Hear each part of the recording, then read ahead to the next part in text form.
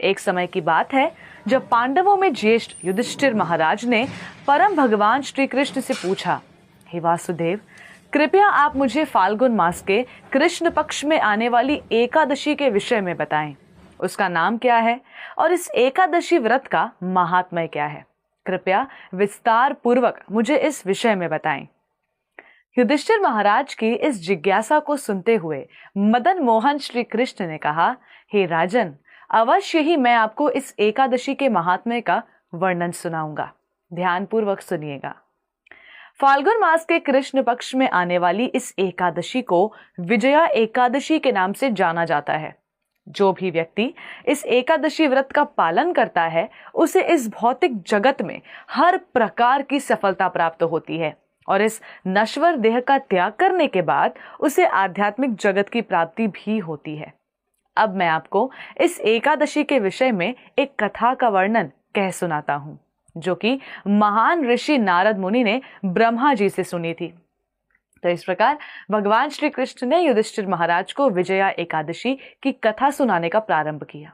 एक बार देव ऋषि नारद ने अपने पिता ब्रह्मा जी से पूछा, हे पिताश्री, कृपया आप मुझे बताएं कि विजया एकादशी के व्रत का पालन करने से जीव आत्मा को क्या लाभ प्राप्त होता है। ये सुनकर ब्रह्मा जी ने उत्तर देते हुए कहा, हे मेरे प्रिय पुत्र, सबसे प्राचीन है ये व्रत और अत्यंत पवित्र है। वो हर प्रकार के पापों का नाश करने वाला है। ये एकादशी अपने नाम के अनुसार ही हर प्रकार की विजय प्रदान करने वाली है।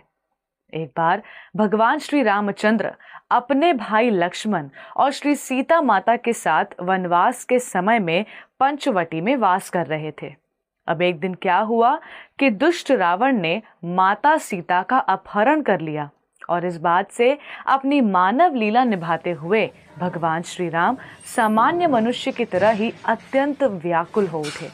जब वे माता सीता को खोज रहे थे उस समय उन्हें मार्ग में जटायु मिले, जिन्होंने दुष्ट रावण द्वारा माता सीता के अपहरण का वृत्तांत कह सुनाया।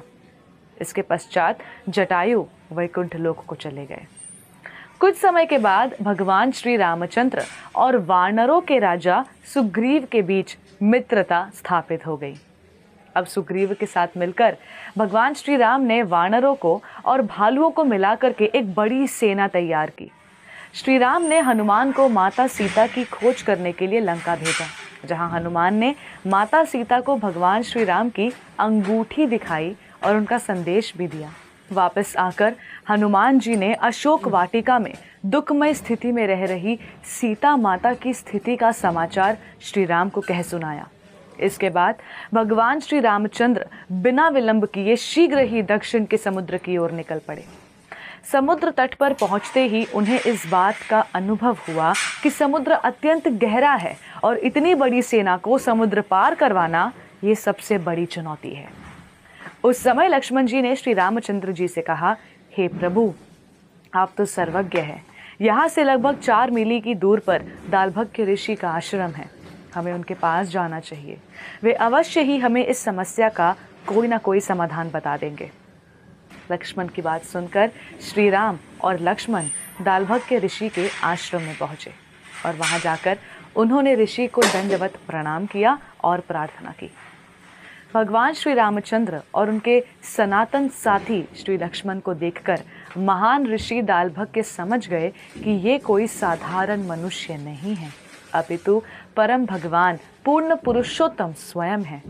उन्होंने श्री राम को संबोधित करते हुए कहा, हे पुरुषोत्तम, आप मेरे जैसे तुच्छ मानव की कुटिया में किस प्रयोजन से पधारे हैं? मैं आपकी किस प्रकार से सेवा कर सकता हूँ? प्रभु श्री राम ने उत्तर देते हुए कहा, हे ऋषि श्रेष्ठ, मैं यहाँ इस विशाल समुद्र के उस पार स्थित लंका नगरी पर आक्रमण करने और मेरी पत्नी सीता का अपहरण करने वाले दुष्ट रावण का संहार करने के लिए आया हूँ। मेरे साथ मेरे वानरों की सेना भी है। कृपया आप हमारा मार्गदर्शन करें कि किस प्रकार हम इतने विशाल योजन समुद्र को पार कर सकते हैं। दालभक्य ऋषि ने कहा, हे श्री राम, मैं आपको एक ऐसे व्रत के विषय में बताऊंगा जिसका पालन करके आप रावण के ऊपर अवश्य विजय प्राप्त कर सकते हैं और आपकी कीर्ति पताका 10 दिशाओं में लहराएगी। फाल्गुन मास के कृष्ण पक्ष में आने वाली विजया एकादशी के व्रत का पालन करने से आपकी विजय निश्चित है। इस एकादशी का विधि पूर्वक व्रत पालन करने से आपकी विजय अवश्य होगी। अपनी इस कथा को आगे बढ़ाते हुए ब्रह्मा जी ने नारद मुनि से कहा कि हे नारद, श्री रामचंद्र जी ने ऋषि के बताए अनुसार इस विजया एकादशी व्रत का पालन किया और लंका पर विजय प्राप्त करके रावण का संहार किया। इस प्रकार जो भी व्यक्ति इस विजया एकादशी व्रत का पालन करेगा उसे इस भौतिक जीवन में विजय और सफलता